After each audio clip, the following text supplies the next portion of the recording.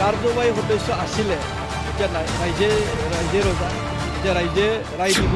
এসময়ত ৰাষ্ট্ৰীয় দল, নেতৃত্বাধীন চৰকাৰ, কেন্দ্ৰীয় আৰু অসম চৰকাৰখনৰ আশীৰ্বাদ নহ'লে BTC উন্নয়ন নহয়। আৰু বিশ্বজিৎ দৈমাৰীৰ যি মানে সমষ্টিক উন্নয়ন কৰাৰ দিশত যি কাম কৰিছে, এইবিলাক দেখি আকৰ্ষিত হৈ তেওঁলোকে যোগদান কৰিছে।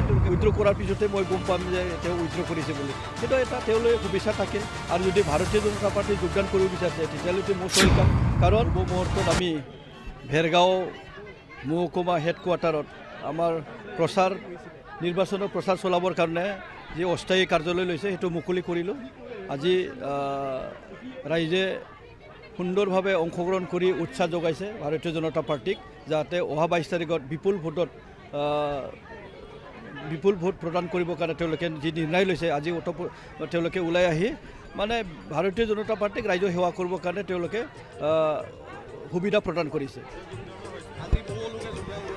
আজি আমি তেনেকুৱা যোগদান কাৰ্যসূচী যদিও লোৱা নাই, তেওঁলোকে নিজে মানে স্বতঃস্ফূৰ্তভাৱে ওলাই আহি যোগদান কৰিব আহিছে।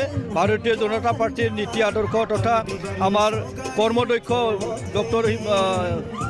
আমাৰ অসমৰ মুখ্যমন্ত্ৰী কৰ্মদক্ষ ডক্টৰ হিমন্ত বিশ্ব শৰ্মা ডাঙৰীয়াৰ যি নেতৃত্বত মানে চৰকাৰ চলি আছে, যি মানে অসমখন অন্য মানে দিশত লৈ গৈ আছে, তেখেতৰ কাম কাজ কৰাৰ আৰু বিশ্বজিৎ দৈমাৰীৰ যি মানে সমষ্টিক উন্নয়ন কৰাৰ দিশত যি কাম কৰিছে, এইবিলাক দেখি আকৰ্ষিত হৈ তেওঁলোকে যোগদান কৰিছে, তেওঁলোকে প্ৰকাশ কৰিছে আমাক। ইয়াতে যিহেতু এজন কাৰ্যবাহী সদস্য আছে ভেৰগাঁও পৰিষদীয় সমষ্টিৰ, কাৰ্যবাহী সদস্য আছিলে, এতিয়া নাই। ৰাইজে ৰজা, এতিয়া ৰাইজে ৰায় দিব। এসময়ত আছিলে, কিন্তু এতিয়াতো ৰাইজে মানে ৰায় দিব। গতিকে ৰাইজৰ ৰায়টো আমি গ্ৰহণ কৰিম, আৰু ৰাইজে অলৰেডি ডিচিশ্যন লৈ থৈছে। সমষ্টি উন্নয়নত ব্যৰ্থ হৈছে, মই সেইটো বুলি ক'ব নাযাওঁ, কিন্তু প্ৰতিষ্ঠান ঢৌ বিৰোধী যথেষ্ট ওলাইছে। যথেষ্ট প্ৰতিষ্ঠান ঢৌ বিৰোধী তেখেতৰ মানে ওলাই আহিছে। আমাক কিয় ভোট দিব?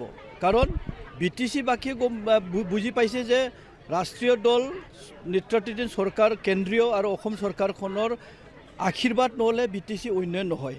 BTCৰ যি BTR চুক্তি কিছুমান দফা ৰৈ গৈছে, এইবিলাক দফা পূৰণ কৰিব লাগিলে, ৰূপায়ণ কৰিব লাগিলে BJP দলৰ আশীৰ্বাদ, BJP দল চলোৱা চৰকাৰৰ আশীৰ্বাদ নহ'লে সম্পূৰ্ণ নহয়গৈ। গতিকে ৰাইজে সেই কথাটো অনুভৱ কৰি আজি তেওঁলোকে স্পষ্টভাৱে BJP দলক ভোট দিব। আৰু আমাৰ এই অঞ্চলটো জানে আৰ্থিকভাৱে যথেষ্ট জৰুলা। তেওঁলোকক কোনোবা এজনক অৰুণোদয় দৰকাৰ আছে, কোনোবাক মানে PM কিষাণৰ দৰকাৰ আছে, বেমাৰ আজাৰ হ'লে আয়ুষ্মান ভাৰত দৰকাৰ আছে। এইবিলাক মানে সুবিধা গ্ৰহণ কৰিবৰ কাৰণে আৰু সুবিধা পাই থকাৰ কাৰণে ভাৰতীয় জনতা পাৰ্টিক ভোট দিব।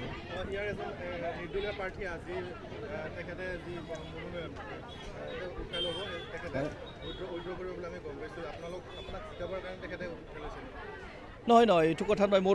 আমাৰ লগত কোনো সম্পৰ্ক নাই। কাৰণ মই এতিয়ালৈ গম পোৱা নাই, কিন্তু এটা কথা ঠিক, নিজাববীয়াকৈ নিৰ্দলীয় কিয় খেলিব ডিচিশ্যন লৈছিল, তেওঁৰ কথা এইটো। কিন্তু ইয়াত ৰাজনীতিটো আজিৰ তাৰিখত তেনেকুৱা ইমান ৰাজনীতি হৈ নাথাকে। ৰাজনীতি ইমান সহজ নহয়। গতিকে তেওঁ কিছু অনুভৱ কৰি নিশ্চয়কৈ উইথড্ৰ কৰিব ওলাইছে। মই এতিয়ালৈ শুনা নাই। উইথড্ৰ কৰাৰ পিছতে মই গম পাম যে তেওঁ উইথড্ৰ কৰিছে বুলি। কিন্তু এটা তেওঁলৈ শুভেচ্ছা থাকিল। আৰু যদি ভাৰতীয় জনতা পাৰ্টি যোগদান কৰিব বিচাৰিছে, তেতিয়াহ'লে মষ্ট ৱেলকাম। কাৰণ পৃথিৱীৰ মাজতে সৰ্ববৃহৎ মানে সদস্য থকা হ'ল ভাৰতীয় জনতা পাৰ্টি। গতিকে ইয়াত যোগদান কৰি মানে আমাৰ এজন ফেমিলি মেম্বাৰ হ'ব পাৰিলে তেখেতৰো গৌৰৱ এটাৰ কথা আহি পৰিব।